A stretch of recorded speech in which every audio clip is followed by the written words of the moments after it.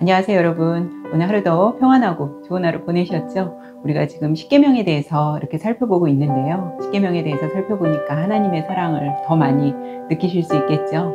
하나님에 대해서 알아가면 알아갈수록 하나님의 사랑을 우리가 더 풍성히 느끼실 겁니다. 그래서 우리가 매일 하나님의 말씀을 묵상하고 또 보고 하는 것이겠죠. 제가 이렇게 여러분들에게 PPT로 이렇게 제공을 해드리니까 많은 분들이 훨씬 더 머리에 기억에 오래 남는다고, 너무 좋다고 저한테 이렇게 보내주셨는데, 저도 그런 분들에게 이제 그런 얘기를 들을 때 저도 보람을 느낍니다. 여러분들께서도 이번 기회에 우리가 십계명 그냥 다 알 수 있는 거라고 생각하는데 그렇지 않거든요. 그러니까 이번 기회에 십계명에 대해서 우리가 또 자세히 알아가는 그런 시간 됐으면 좋겠습니다. 오늘은 제 4계명을 함께 보겠습니다. 오늘 주님이 우리에게 주신 말씀은 출애굽기 20장 8절에서 11절 말씀 읽어드리겠습니다. 안식일을 기억하여 거룩하게 지키라. 엿새 동안은 힘써 내 모든 일을 행할 것이나 일곱째 날은 내 하나님 여호와의 안식일인즉 너나 내 아들이나 내 딸이나 내 남종이나 내 여종이나 내 가축이나 내 문 안에 머무는 객이라도 아무 일도 하지 말라. 이는 엿새 동안에 나 여호와가 하늘과 땅과 바다와 그 가운데 모든 것을 만들고 일곱째 날에 쉬었음이라. 그러므로 나 여호와가 안식일을 복되게 하여 그날을 거룩하게 하였느니라. 아멘. 아마 십계명 중에서 오늘 4계명 본문이 제일 긴 내용일 겁니다. 오늘 본문을 보니 자연스럽게 어떤 성경이 생각나세요? 창세기가 생각나시죠? 하나님은 6일 동안 빛이며 바다, 세상 모든 것과 사람을 만드시고 7일째 되는 날 안식하셨습니다. 결국 하나님은 창조주, 주인이시고 온 우주 만물의 왕이시고 우리는 피조된 존재입니다.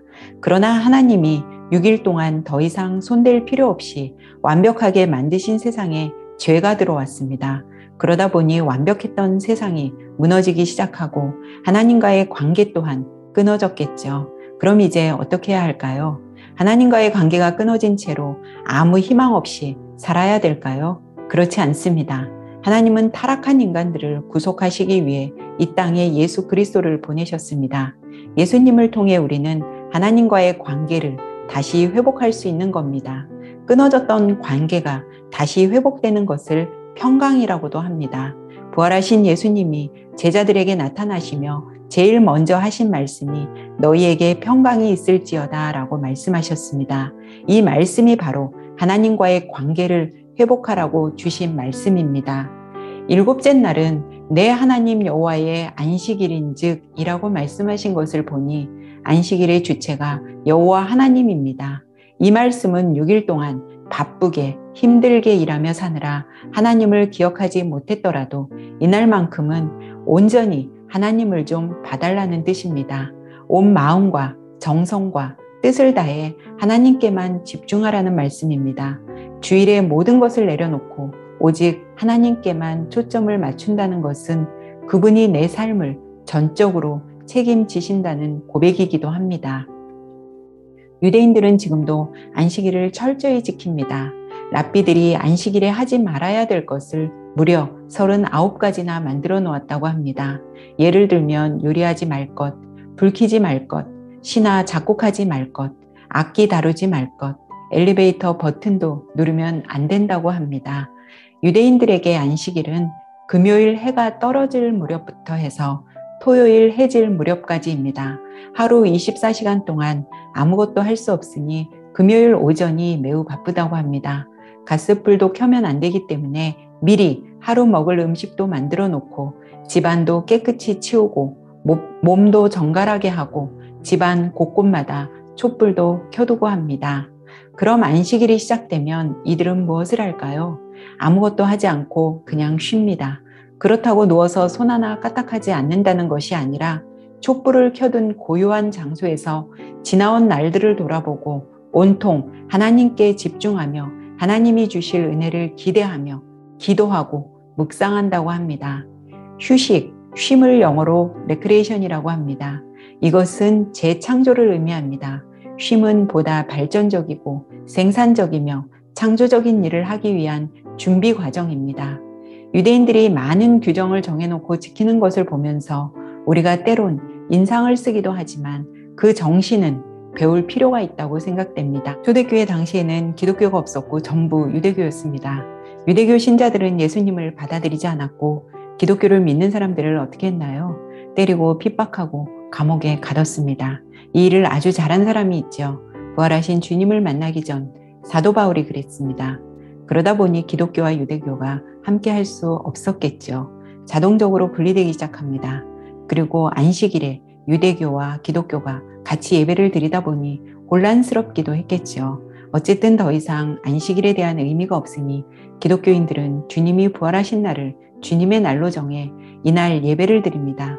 그런데 주 132년에 로마의 지배를 받던 유대인들이 로마를 몰아내기 위해 로마를 대항하며 독립전쟁을 벌이게 됩니다. 전쟁이 심각해지자 로마가 군대를 보내 유대인을 무려 60만 명 학살해버립니다. 이때부터 유대인에 대한 대대적인 박해가 시작되었고 당시 황제였던 하드리아누스가 칙령을 내립니다.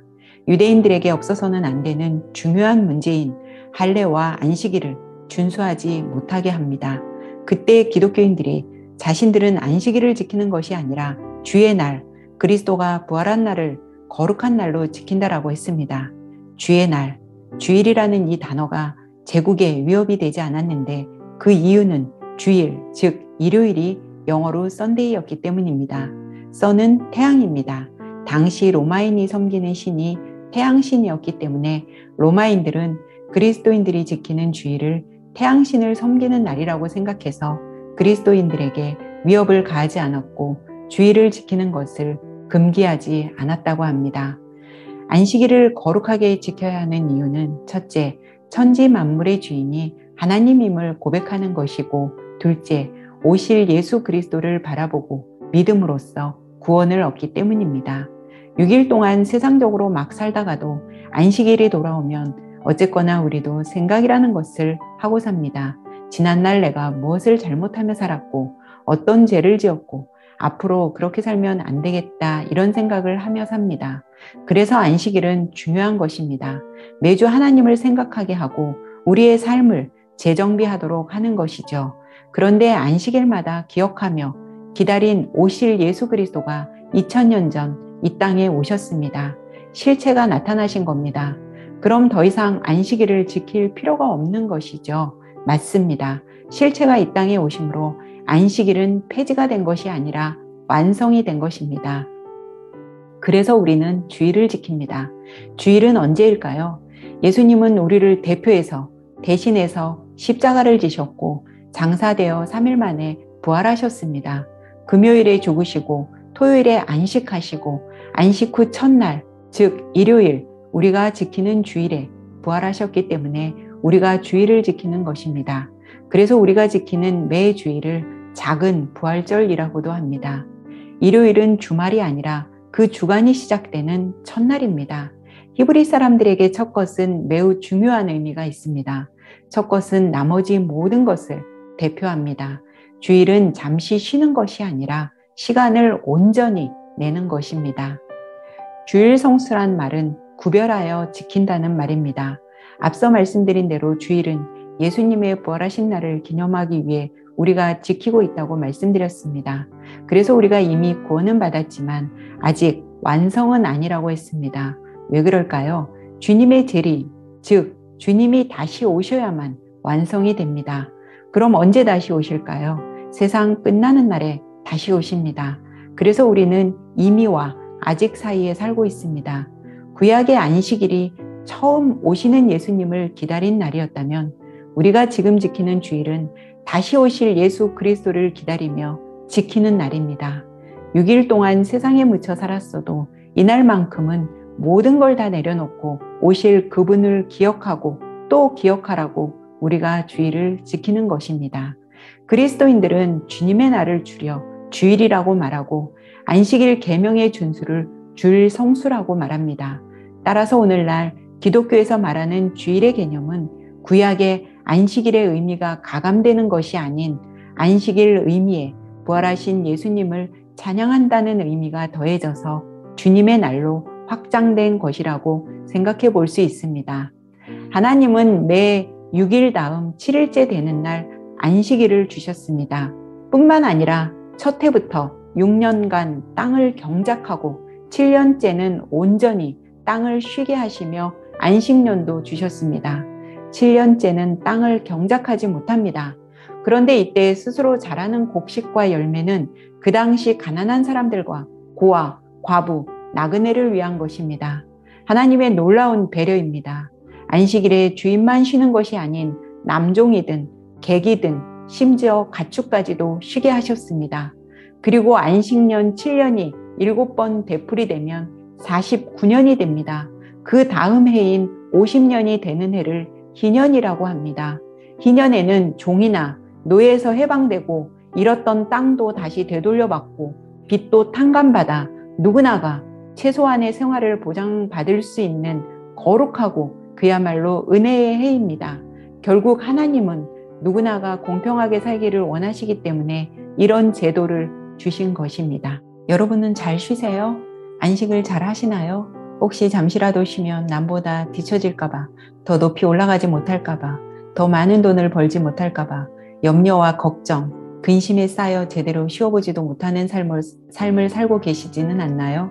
제대로 쉬지 못하는 우리들을 향해 예수님께서 우리를 대신해서 십자가를 지셨고 예수님께서 와서 쉬라고 손짓하십니다.